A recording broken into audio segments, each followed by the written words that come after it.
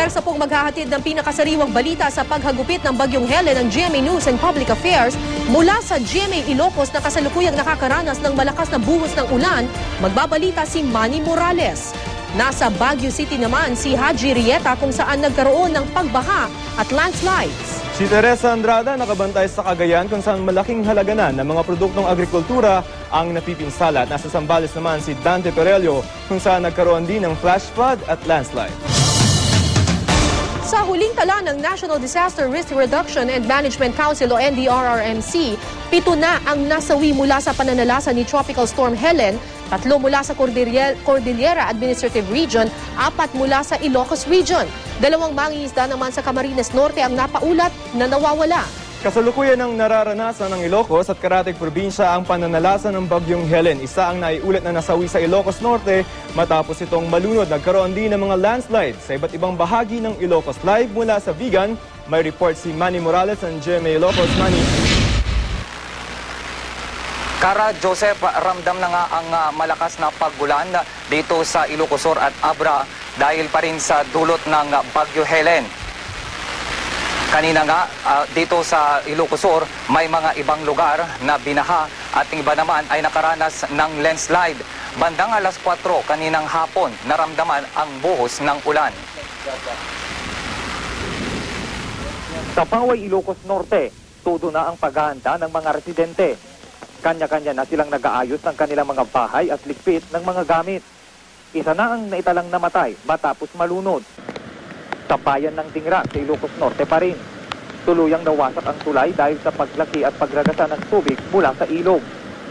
Kahapon din nagsimulang sumama ang panahon sa lalawigan ng Abra. Sansan, ibagbagamil at tati kaprobinsyahan sa Canada. Ayaw na raw maulit ng mga residente ang pinsalang idinulot ng Bagyong Hiner. Milyon-milyong piso ang halaga ng napinsala ng baha sa agrikultura roon. Alam ko mga piksaan ti datay ko ata ado ti maperde nga mulmula kada dingwen. Kung magtutuloy-tuloy ang pagulan, posible raw umapaw ang Abra River tulad ng nangyari noong isang linggo.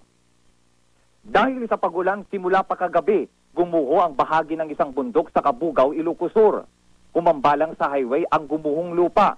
Ang mga bakod ng ilang bahay roon nawasak. Pero ang mga residente, hindi raw lilikas dahil di pa naman daw kailangan.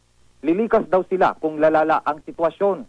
Dati yung malaylayos kami dito, yung may gana din natarimaan dati kalsada men. Ang malaylayusan, tatala ang mga malayos. Sa iba pang barangay, rumagasa ang baha na ikinalunod ng isang baka. Napangkinita ni Lahay Kuko, di na mabiro ka na. So nga tayo medyo nagsarding titudo. Napandakin tayo so dahil nakita dangan almos. Dito sa Vigan City, naka-standby ang 2 truck sa harap ng Kapitolyo. Ide-deploy raw ang mga ito sakaling magkaroon ng pagbaha sa lungsod. Madalas na ngayon ang pag-ulan rito. Magdamag naman ang buhos ng ulan sa bayan ng Bantay. Ang ilang bahagi ng National Highway at ilang bahay malapit doon, binabaha na. Biglang rumagasa ang tubig sa ilang parte ng kalsada, kaya naanod ang ilang posteng itinatayo roon. Ayon sa mga residente, abot tuhod na ang tubig sa ilang lugar at baka tumaas pa raw ito dahil sa patuloy na pag-ulan.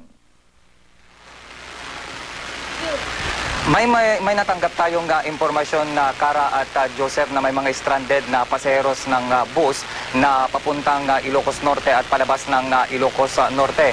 May mga mangilan-ilan din na paseros ngayon na nag-cancel na ng kanilang biyahe. Kara, Joseph? Okay, Manny, napansin ko parang wala ng ulan pero malakas ata yung hangin dyan sa kinalalagyan mo ngayon. Kumusta na ba ang panahon dyan? Tama ka nga dyan, Kara. Kanina nga bumuhos ang malakas na ulan nung nag-live tayo kanina sa 24 oras. Pero ngayon naman ay wala na yung ulan. Pero ang nararamdaman natin ngayon dito sa Ilocos Sur ay ang malakas pa rin na ulan. Kaya yun ang dahilan kung bakit ngayon parang kung titignan dito sa ating mismong kinatatayuan, yung mga dahon na lamang na mga punong kahoy ang nakikita natin na gumagalaw. Pero ngayon, ambon na lang yung nararamdaman, Kara. May mga lugar pa bang nangangailangan na maglikas ng mga residente?